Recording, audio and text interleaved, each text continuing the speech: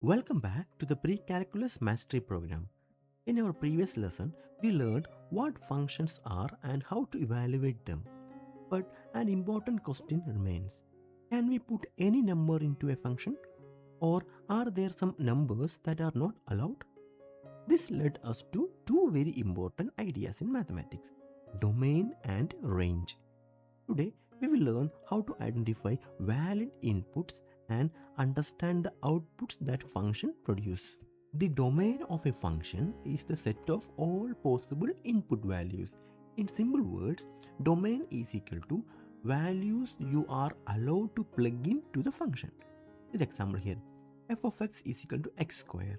For this function, you can put any values 1, 2, minus 3, 0, 100. All real numbers will work. So, domain is all real numbers. The range of a function is the set of all possible output values. See the example again. F of x is equal to x square. So outputs can be 0, 1, 4, 9, 16, any number. Notice something very interesting. The outputs are never negative, are non-negative. So the range is all the values greater than or equal to 0.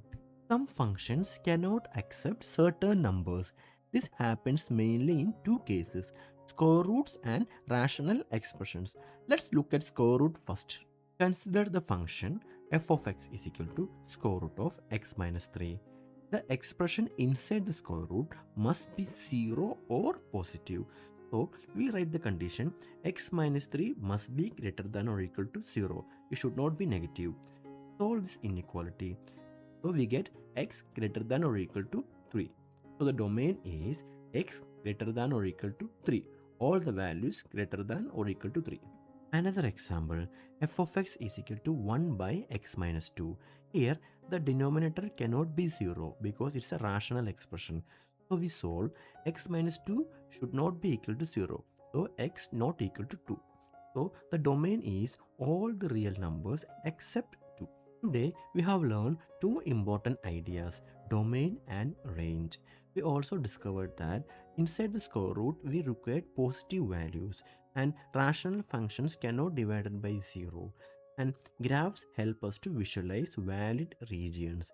These concepts help us understand how functions behave. Find the domain and range of the following function by your own. When you understand domain and range, you understand the limits of a function.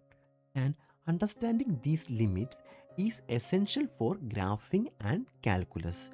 Thank you for learning with me today. Keep practicing, and I will see you in the next lesson.